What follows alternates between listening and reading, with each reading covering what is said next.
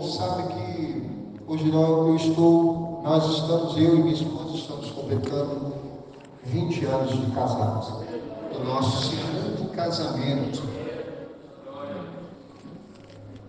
Eu quero falar algo aqui que eu nunca testemunhei, nunca falei. A única pessoa que sabia disso era minha esposa, e depois, agora, há pouco tempo, a minha filha Jéssica, que ficou sabendo, porque eu contei a ela. Quando eu me converti, nós já éramos divorciados. Eu vivia uma outra pessoa e conhecia Jesus. E com essa pessoa eu vivi 11 anos. Com Márcia, nós vivemos 3 anos, e nesses 3 anos nasceu a Jéssica. E nós nos separamos, nos divorciamos. E pela misericórdia do Senhor, Ele me alcançou. Conheci a graça dEle. E quando eu queria tomar uma posição diante do Senhor e me batizar e seguir o caminho do Senhor, eu ouvi uma voz dentro de mim falando: como você quer fazer a minha obra se você está em adultério? Essa foi a voz que eu escutei dentro de mim. E no momento eu não compreendi o que esta voz estava querendo dizer com o adultério. Pois quem está divorciado está sozinho. Está sozinho, mas não está solteiro. Porque todo aquele que está divorciado, se for olhar na certidão de casamento, não se encontra solteiro. Se encontra a afirmação divorciado. Divorciado. E eu não compreendi o que aquela voz estava dizendo dentro de mim. Eu entendi que eu deveria casar com aquela pessoa, para que não houvesse algum problema. Mas na verdade não era isso. Conclusão: acabamos nos separando.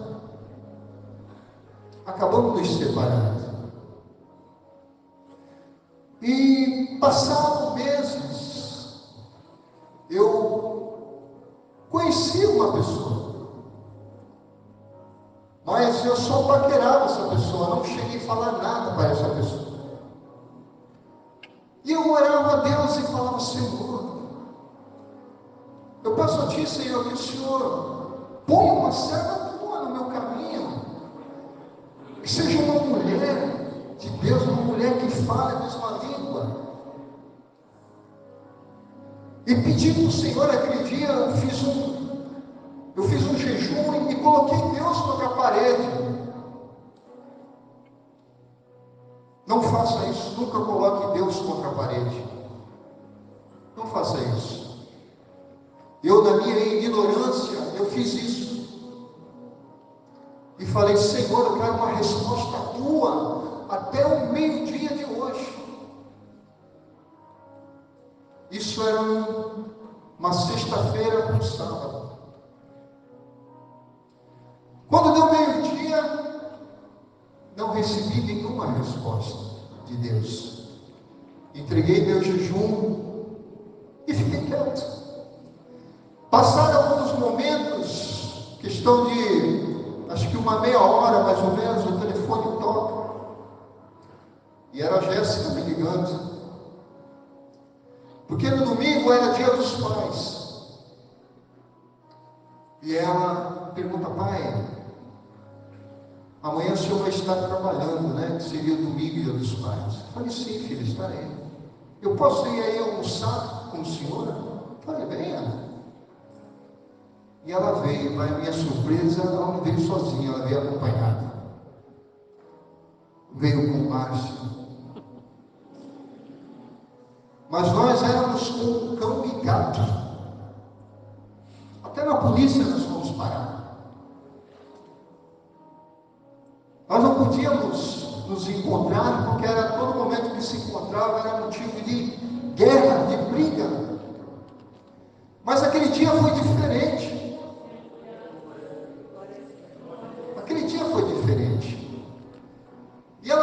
começou a me perguntar. No fundo, eu estava na casa da minha mãe, estava morando com a minha mãe, e no fundo da casa da minha mãe tinha um sobrado que era nosso, e eu estava desmontando todo aquele sobrado, destruindo tudo, porque eu não queria mais lembranças do passado. E ela chega, meio que cismada, assustada, olha e fala: puxa, está destruindo tudo. Eu falei, não quero mais lembranças do passado. E nisso ela começou a me perguntar a respeito da minha mudança, o meu novo caminhar, o meu novo viver. E eu comecei a falar de Jesus para ela. Comecei a contar o que Jesus havia feito na minha vida, o que Jesus estava fazendo na minha vida, e ela começou a se interessar. Para encurtar a história, porque é grande a história, é comprida, isso foi levando-se, arrastando até umas 7 horas da noite.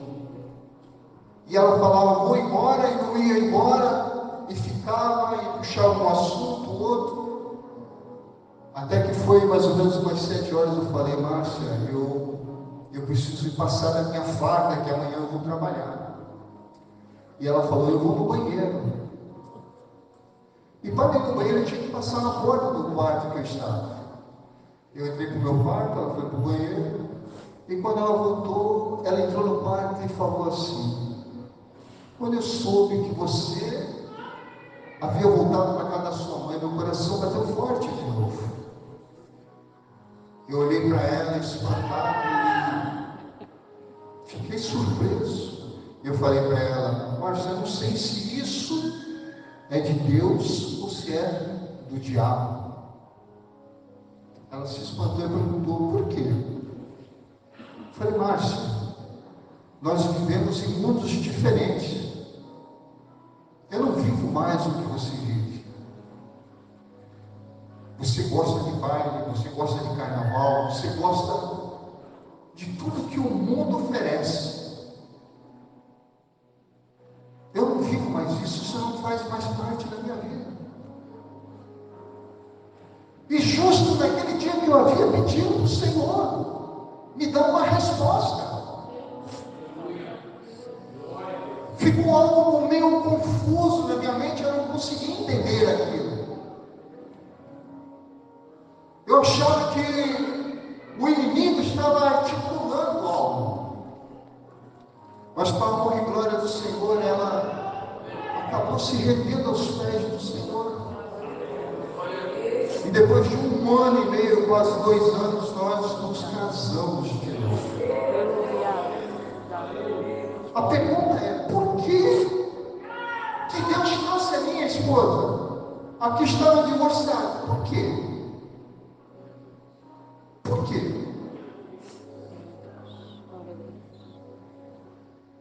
Por que será? O que Deus uniu, o homem não separa. Quando aquela voz falou para mim que eu estava em adultério, era por quê? Ainda que houvesse um papel escrito dizendo que eu estava divorciado, mas quando nós lemos no livro de Mateus, vamos ler para não ficar só nas minhas palavras. Mateus 19 diz assim: e aconteceu que, concluindo Jesus esse discurso, saiu da Galiléia e dirigiu-se aos confins da Judéia, além do Jordão, e seguiram grande multidão e curou-as ali. Então chegaram ao pé dele os fariseus, tentando e dizendo-lhe: é lícito o homem repudiar sua mulher por qualquer motivo? Ele, porém, respondendo, disse-lhes: não tendes lido que aquele que os fez no princípio, macho e fêmea os fez? E disse: portanto deixará o homem pai deixará a sua mulher, e serão dois, numa só carne. Assim não são mais dois, mas uma só carne. Portanto, o que Deus ajuntou, não separe o homem. Disseram-lhe eles: então por que mandou Moisés dar-lhe carta de divórcio e repudiá-la? E disse-lhes ele: Moisés, por causa da dureza dos vossos corações, vos permitiu repudiar vossas mulheres, mas o princípio não foi assim. Moisés consentiu sim o divórcio, por quê? Por conta da dureza do coração do homem, por conta da falta de amor do homem, porque senão eles iriam matar as vossas esposas, para que pudessem estarem livres.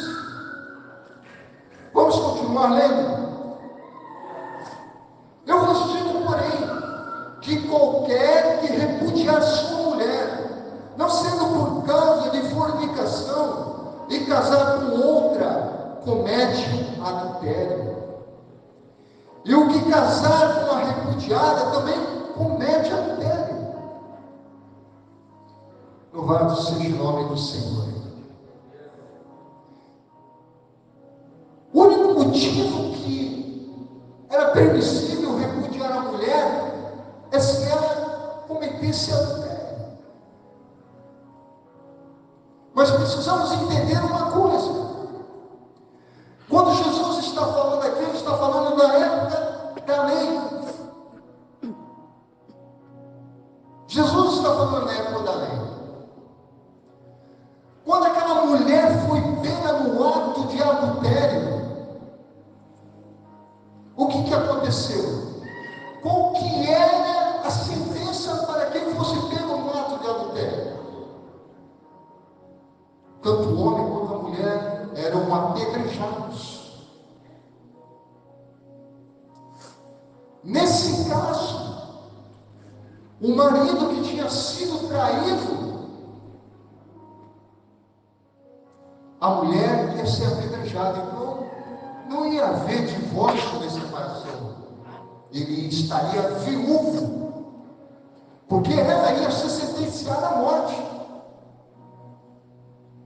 E nós sabemos que a única forma de você poder casar de novo é se você for viúvo. Era assim que se vivia, se procedia no Velho Testamento. Só neste caso. Vamos continuar lendo?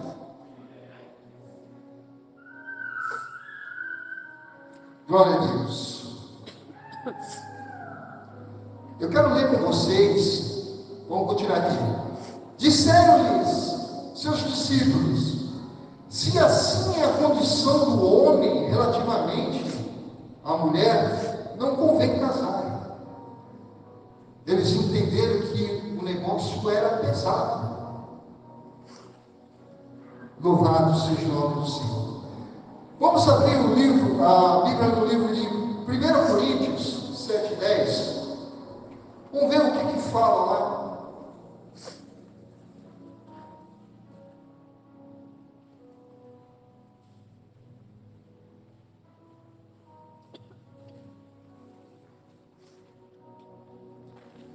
Olha o que fala em 1 Coríntios 7. Vamos ler o 8, versículo 8. Digo, porém, aos solteiros e às viúvas, que lhes é bom se ficarem como eu. Mas se não puderem conter-se, casem-se. Ele fala: casem-se quem? As viúvas e os solteiros. Não está falando aqui de divorciado. Está falando de viúva e solteiros.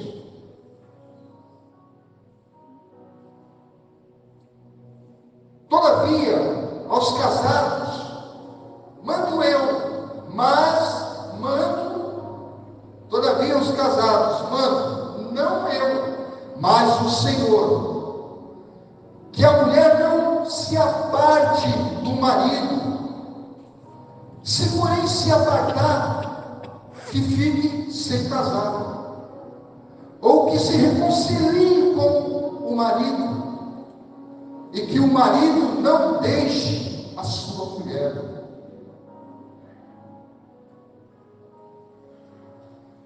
Está falando, se apartar, você não tem a liberdade. Se você se separou, você não tem a liberdade de voltar e querer reconstruir a sua vida com outra pessoa. É bem claro. Vocês que estão com a Bíblia, olhem e leiam o que está escrito. Ou seja, o casamento é como um fôlego de vida, igreja. Você só tem um fôlego de vida. Você só tem um fôlego de vida. O casamento é a mesma coisa.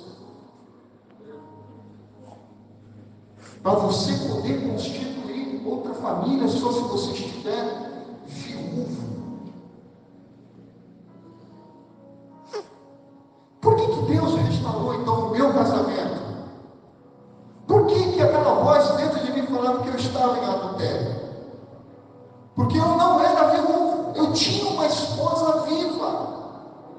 E Deus não poderia colocar uma outra pessoa no meu caminho a não ser a minha esposa. Porque Deus não quebra princípios. Quer ver um exemplo? Vamos sair um pouco dessa questão. Deus faz uma aliança com Abraão, dizendo que todo o povo teria que ser circuncidado. E isso perpetuou a todas as gerações seguintes. Moisés nasce. Moisés é o escolhido para libertar o povo de Israel. Moisés tem um encontro com Deus. Moisés se casa com Zípora. Moisés tem 2 filhos. Deus manda Moisés voltar para o Egito. Moisés vai voltar com a sua esposa e os 2 filhos. Mas um dos seus filhos não tinham sido circuncidados. E nós vamos ver na palavra que quando Deus encontra Moisés numa estalagem, Deus vai para matar Moisés. Será que Deus está maluco? Deus levanta um homem para que ele liberte o seu povo. Agora Deus quer matar Moisés. E Zípora corre ali para circuncidar o filho. E quando ela faz isso, Deus tira as mãos de cima de Moisés. Ou seja, Deus não quebra princípios. Deus não podia dar uma maneirada para Moisés, não, ele vai libertar o povo lá do Egito. Não. O que Deus falou está dito. Não tem como você voltar atrás. E hoje o que nós estamos vendo aí banalizou.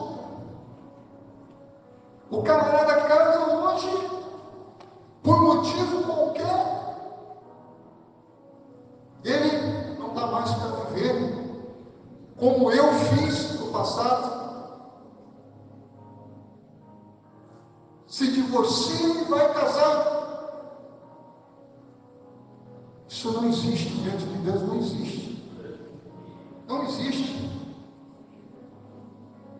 Vamos ver o que está escrito em Mateus 5, 27.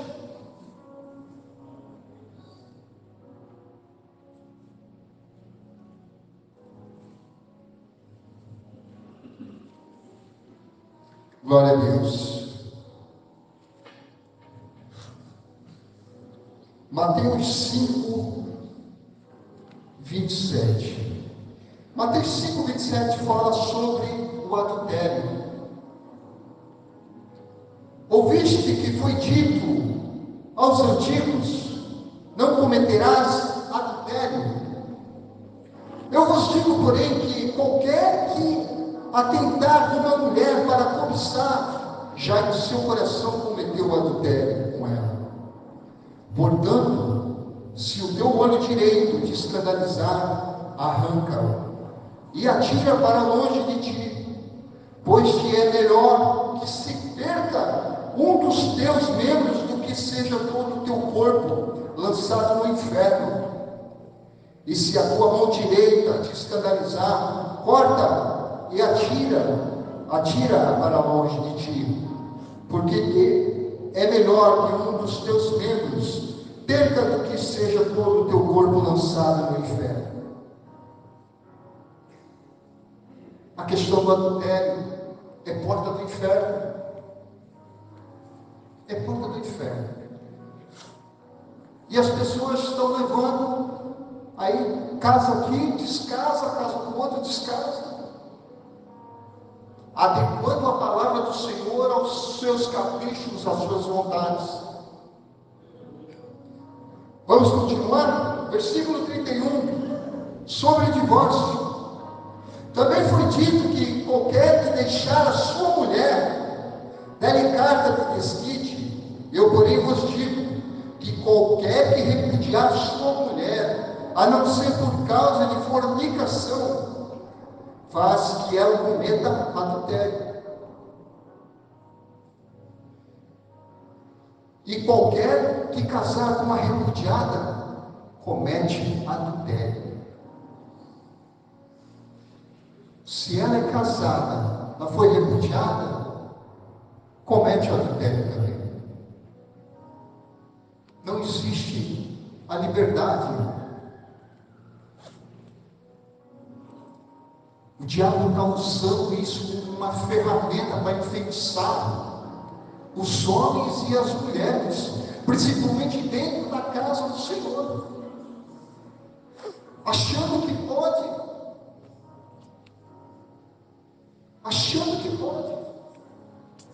Cuidado, igreja, cuidado. Isso é caminho de morte, caminho de engano, caminho de sofrimento. Louvado seja o nome do Senhor.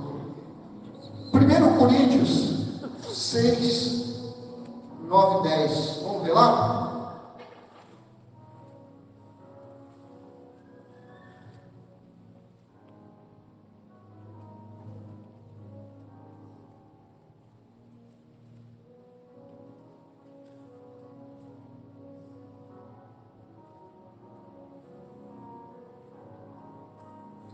Todavia os casados mando não eu, mas o Senhor, que a mulher não separe o marido.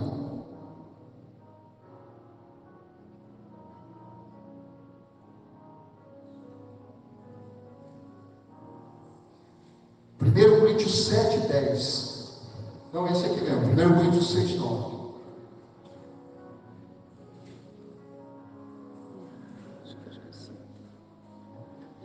Não sabeis que os injustos não hão de herdar o reino de Deus? Não erreis, nem os devassos, nem os idólatras, nem os adúlteros, nem os infeminados, nem os sodomitas, nem os ladrões, nem os avarentos, nem os bêbados, nem os maldizentes, nem os roubadores herdarão o reino de Deus. Os adúlteros também não herdarão o reino de Deus. Ou seja, querido, se você casou, o casamento é uma vez só. Só a morte para separar. Só a morte te dá o direito de casar de novo. Só a morte. Se você casar, tem marido ou tem esposa e está divorciado, fique quieto no seu canto. Não queira se envolver com outra pessoa, porque você vai estar em adultério, você vai estar adulterando. E se você está adulterando, você vai entrar pelo caminho de morte eterna. Embora tenha quem fale que o único pecado pecado eterno para a morte é pecar contra o Espírito Santo. Sim, é sim. Sim. Está certo. Mas a palavra de Deus diz assim: aquele que confessa e deixa, alcança a misericórdia. Se você está na prática errada, olhe para o Senhor, confesse ao Senhor que você errou e deixe o caminho de perdição. Não adianta você ir lá roubar o seu vizinho, furtar o seu vizinho, estar com o produto do crime e falar para ele: ó, eu me roubei, e não devolver o que você roubou, pagar a dívida que você tem. Que adiantou? Não adiantou nada. Você continua como um criminoso do mesmo jeito.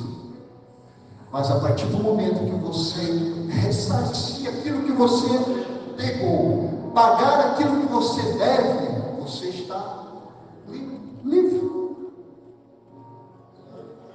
Louvado seja o nome do Pai Todo-Poderoso. Por que esta palavra no dia de hoje? Igreja, eu vou falar uma coisa para vocês.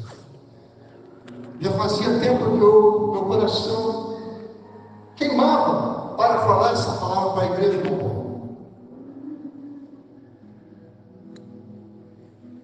No domingo, pela parte da manhã, eu ouvi essa voz dentro de mim: seu pastor não virá. Seu pastor não virá. E eu, dentro de mim, achei: meu Deus, o pastor não vai vir para o culto de domingo. E dentro do meu coração cresceu: vão me dar a oportunidade para pregar. Se for me dada essa oportunidade, eu vou estar trazendo essa palavra. E eu comentei com a minha filha Jéssica. E Jéssica falou: não, pai, hoje é culto de adolescentes. Aí eu fiquei falando: estou convicto demais. Quem estava no culto de domingo aqui? Eu não falei nada para o pastor. Eu não pedi oportunidade nenhuma para o pastor estar hoje aqui. O pastor, antes de dar a bênção, o que ele falou? Olhou: irmão Farias, traz a palavra quarta-feira. E justamente hoje é o dia do aniversário do meu casamento, do que Deus fez. Glória a Deus. Eu falei: Senhor, se é da tua vontade, eu irei falar daquilo que o Senhor colocou no meu coração.